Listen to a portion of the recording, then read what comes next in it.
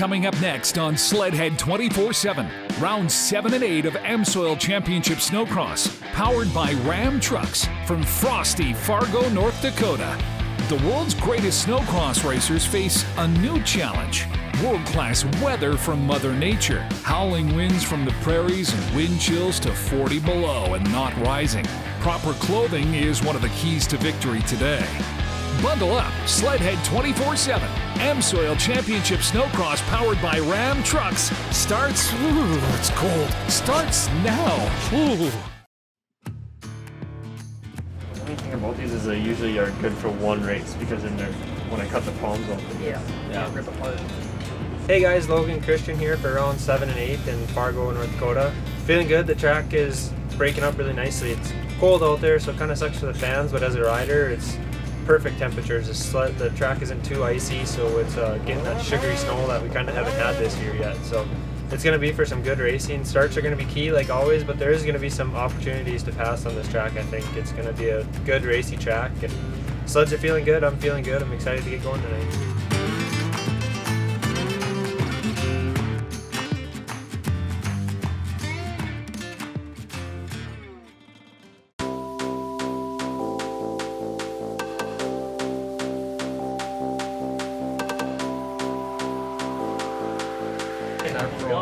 We call him mooses. Oh yeah? Yeah.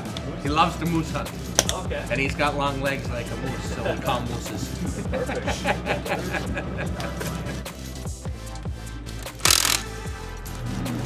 Oh, I had fun at both practices.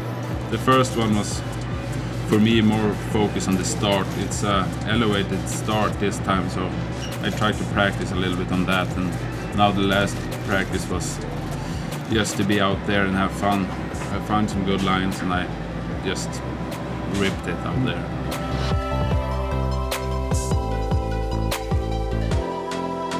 Yeah, this track is bigger and more fun. I like this track. It's a lot of jumps and triples and doubles. We had a quad in the first practice and that one was huge. So I like this track. I think this is the best track. Once you're able to get in the open and get going, you know, kind of thing. Once you're flowing, you're ripping. You look okay out there? I mean, it's tough to see. Like, is okay, but it's just a bit icy. So if you jump the jump before too far, you're just spinning on the ice before it. You don't get the drive. So you have to like break over the last bump and then accelerate down.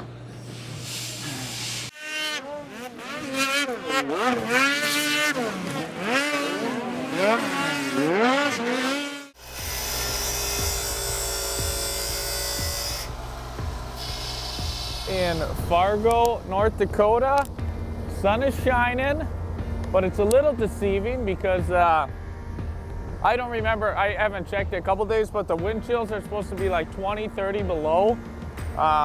So we're just getting all ready to be super bundled up out there and hopefully not freeze our hands and our face.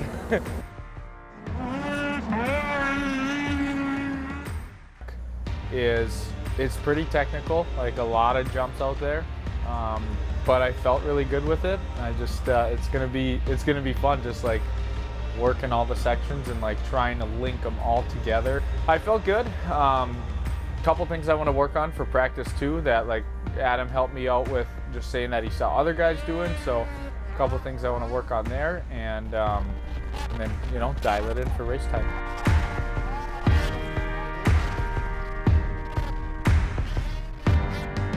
Practice went good. I was just out there searching for jumps. There's a lot of jumps here, which I like, and I think there was 3 triples in practice that I found, and then they got rid of the one before my first round, so now it's just a double-double. But it's a really technical track, and I think I'm a pretty good jumper, so I think I should do really good here. We spun here, so yeah, but it looks okay. It looks okay though. Well, I like to get them exact.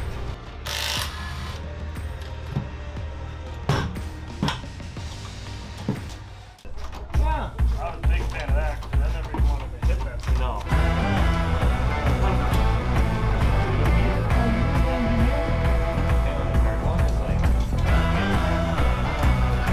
Yeah, it's Friday. We're here at Fargo, North Dakota. You know, the track looks pretty long. Elevated start, so we haven't seen that yet. It was bound to happen eventually, you know.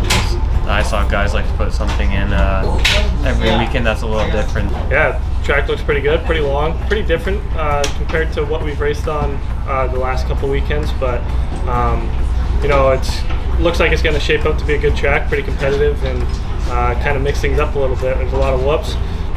I think there's some big air on the track. I'm not quite sure, but it's definitely going to be super cold this weekend. So got to make sure our hands stay warm and do everything we can not to get frostbite. Still ahead on SledHead 24/7. From practice and prep to the big show, the world's greatest snowcross racers are under starters orders for the final round of number 7. But first, here's today's AMSOIL Tech Tip. Hey, Len Groom here from AMSOIL, and we're out talking to Brandon, who's one of the groomer operators that helps build the track for the ISOC series.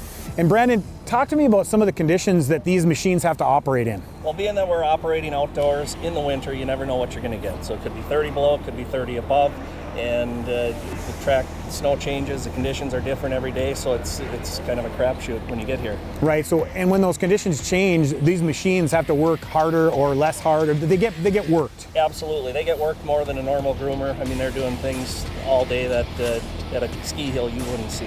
Right, I've seen that, and I've heard that before. You guys are digging holes with them and you're pushing up big banks. You never see them do that at a ski hill, so safe to say it's extreme operation. It is extreme. Yeah, we're not just dropping the blade in the tiller and making it look smooth. We're rough jumps, bumps, and everything to make the show exciting. And we've got you covered basically from front to back, so it starts in the cold. We got you protected from the wear side of things, and basically it keeps them running. Absolutely, with all the additives and things that we use in these groomers, you know, you get here in the morning, if it's 30 below, that thing's got to start, otherwise the show won't go because we got to build the track.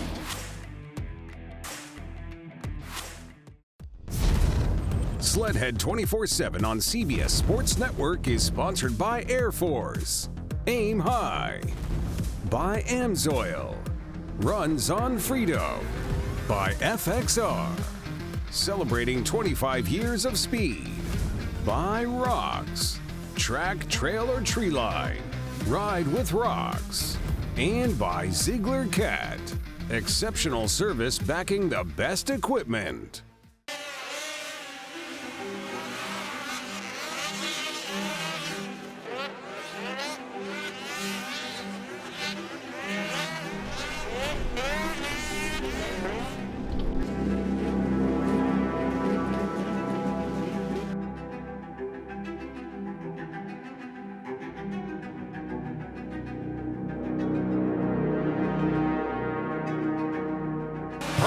Launches off from the outside. It looks like Riley Bester is going to get a flyer, and so does Adam Peterson. Peterson will have the stud boy hole shot, Jordan LaBelle, right to his inside, and they're immediately going to battle for the lead, give the top spot to Adam Peterson. So Peterson is your leader, LaBelle in second. Battle for third now, Lorenz going at it with Riley Bester as Peterson leads down into the Polaris turn. As they fly over the U.S. Air Force flyaway, LaBelle comes around the outside. Jordan LaBelle takes over the top spot here in Pro Light. Oh, and look at Peterson now, feeling racing. Trying to square up the corner on LaBelle, and the battle for the lead is going to be rejoined here. Jordan LaBelle, many thought that Jordan LaBelle's season was over before it started, but it caps an amazing comeback story here in Fargo as he takes the win in the Pro Light Final. I thought the last 4 laps. Good race, but corners are hard. To the point where they're getting hot. Yeah, I got not so good in the qualifiers, and I was 10th pick in the final. Luckily, an awesome spot was open on the far outside.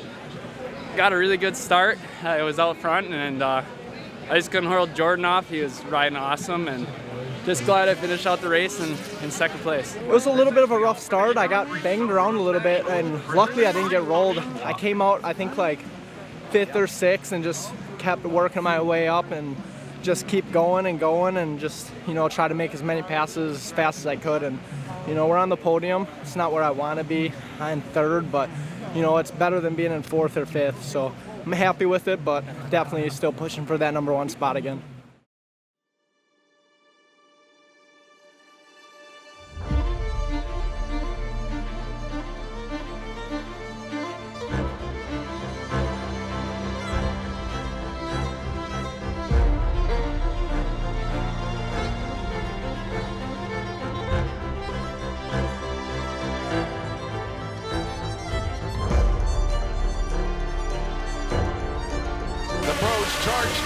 to the track here at Fargo.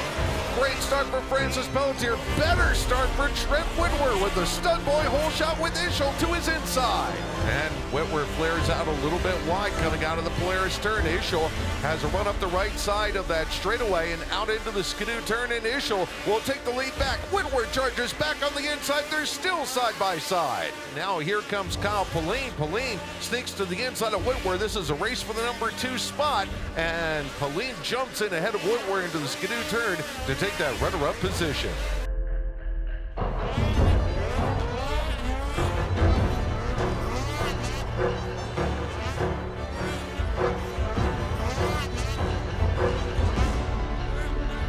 The point leader will add to his point lead tonight as the Viking rocket goes to the top here in Fargo.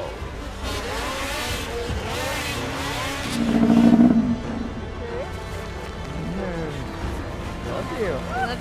Final, I got a good jump. I came out, I was like top 5, and then I had a couple good first turns and then I got up to 3rd, and I don't know what it was, maybe a few laps in, I found a way to get around Trent, and then I was able to just ride my own race. It was really nice, like just wasn't like in a dog fight with anybody, and just was able to just hit my lines, and that was awesome. I need a little bit more to catch Elias, and hats off to him. He's running really good. He's the guy to beat this year.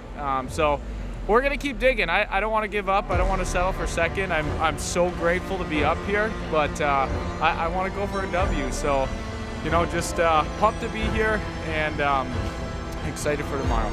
Still ahead, round 8 from Frosty Fargo, and it's actually getting colder. How can that even be possible? Find out how man and machine stand up to the worst Mother Nature can conjure up. The challenges are going to be big, just with the weather conditions we have in Fargo, North Dakota. Negative 15 degrees plus wind chill. Snow dust might be a factor. We have a brand new track. None of these riders have seen this facility before stepping foot on the grounds, probably Thursday evening, but no laps were turned until Friday morning. So all new venue, very tricky weather conditions, but that's kind of typical Fargo. So we'll see what they can do in round 8.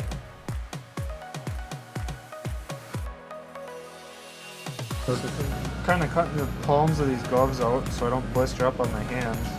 Keeps the heat from your fingers in and keeps your fingers a little warm. It's still not perfect, but I think it helps a bit.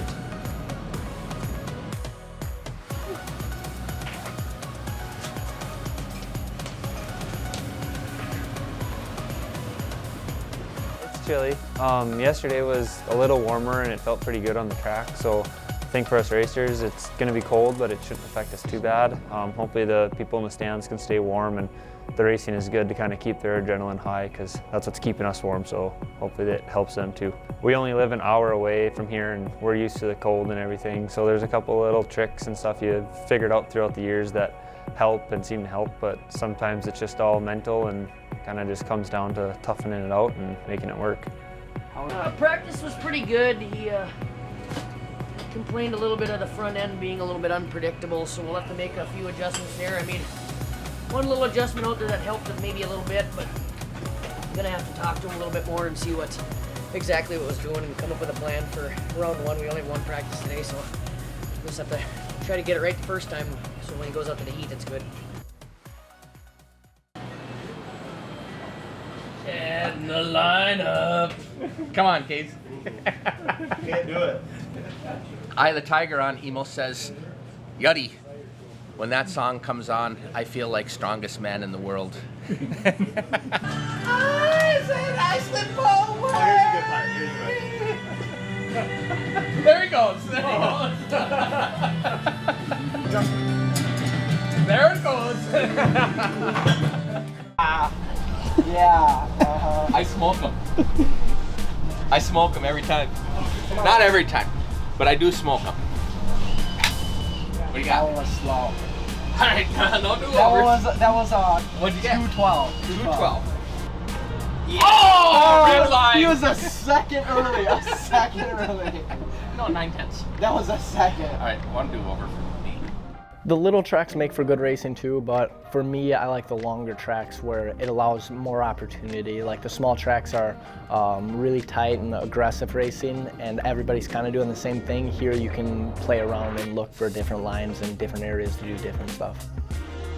I don't know, I try to warm up much before for the race, and the pit coat and everything, warmer gloves. And this is my favorite track this far. I think that we're going in the right direction. For sure we're faster than we were last year, and all of our guys are healthy, so we think that the second half of the season tonight and then the second half of the season is going to be great for us.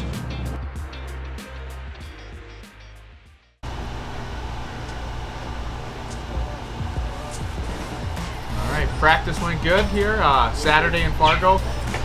Super cold again. The track was harder and icier today, so we made a couple suspension changes here going in the first round, but overall I felt really good, and the track's pretty much the same. Couple little bumps different from yesterday, so but for the most part, like, the track's riding very similar to last night, so we should be comfortable with it, and just get me dressed warm and go in the first round.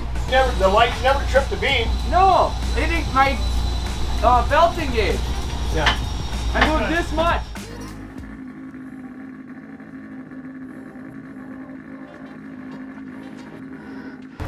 Well, we're at the middle of the polar vortex in Fargo, North Dakota.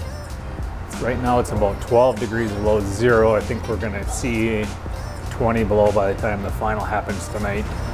It's Saturday, day 2 of the weekend. We had an okay night last night. We finished in the top 5, but we have all the pieces of the puzzle to make this thing work. And we just gotta have the puzzle master go out there on the track and put all those pieces together.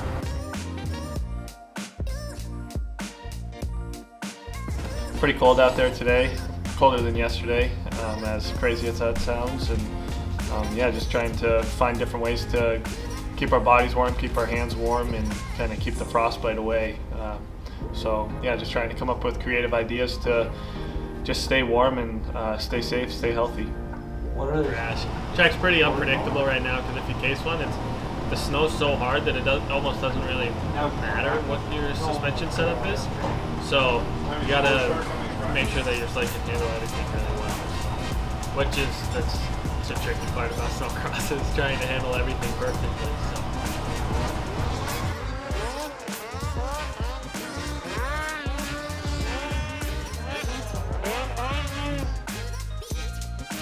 Still ahead, it's go time for Team Judnick. Can Juddy rally his racers for a much-needed breakout performance?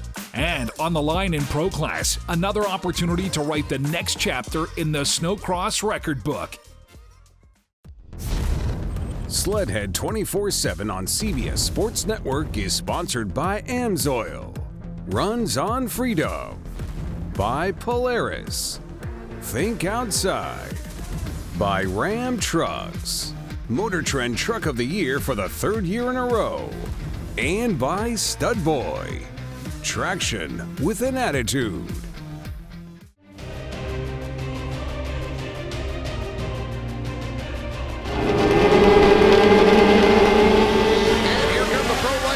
As they attack the track here in Fargo. One sled, up and over. That might have been Andy Pake at the back of the field. In the front of the field, it is going to be Nick Lorenz battling it out for the Stud Boy hole shot. Carson Allred, Evan Downall up there, and Dow will hip check Allred. Allred goes off the track. Frank his way off the Ram Truck's turn. Kern takes a shot but can't get him. And Evan Dow gets his first Pro Lite final win of the year here in Fargo.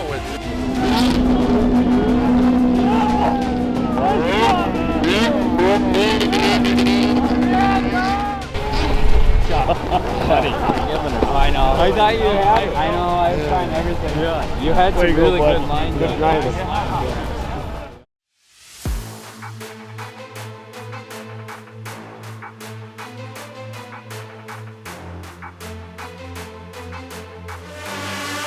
Great drop down, it looks like from Hunter Pataanude coming from the left-hand side. And stud boy hole shot will go to one of the Scheuring Speed Sports sleds as they power their way down into the skidoo turn. Lincoln Lemeuix with the advantage, and it looks like Ishel sneaking up by everybody now and jumping up into the number 2 position. Get bogged down in some of the soft stuff in the Polaris corner, and Logan trying to square up the skidoo turn, gets the run on the inside. I think he might have surprised Lemeuix. Lemeuix returns the favor as they come over the U.S. Air Force flyaway, but then Logan battles back around the outside of the ram turn, and Christian will grab the number 2 spot. He's on to the final straightaway over the auction block rhythm section. Once again, the Viking Rocket kicks the flames up and kicks up a little no-footer action as he wins the AMSOIL Pro Final here in Fargo. No, it was a good run. Just wish I could have got by the 13 earlier in the race to get, you know, maybe not let that 200 pull away so far, but it was a good race. It's always good to be on the podium.